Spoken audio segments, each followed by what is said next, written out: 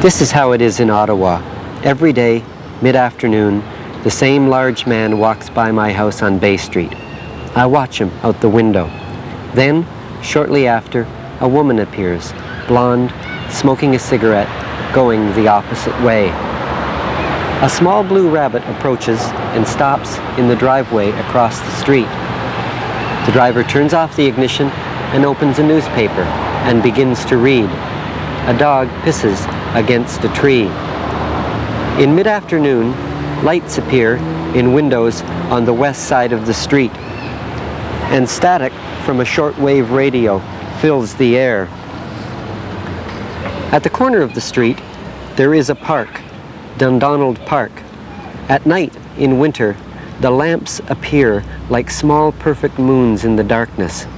I imagine a telescope, the patterns, small comets magnified.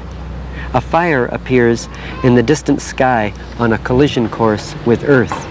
Lakes and rivers boil.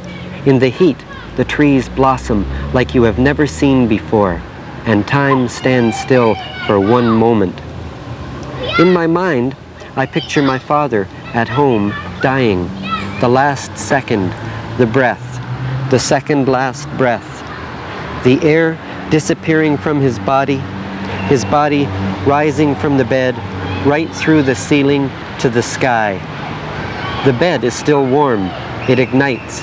The fire burns for days and days and days. When I was young, I understood all of this better. As I grew older, I became angry and forgetful, and one was because of the other. And then my mother died, and then all of my sisters, and then my brother, and I was left all alone. I reached for the mirror, the small perfect piece of glass. I watched as it exploded in my hands, pieces everywhere, the floor, the wall, the table, the bed, the bookcase in the corner, a million small reflections everywhere.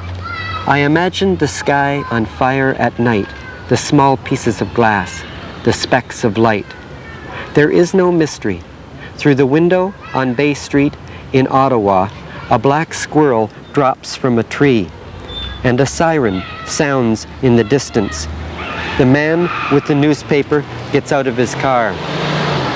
The dog smells the tree where he has just pissed, and inside the house, the telephone rings. A hand reaches through the sky for the telephone. The sound stops, and time is made visible again, and the room begins to fill with water.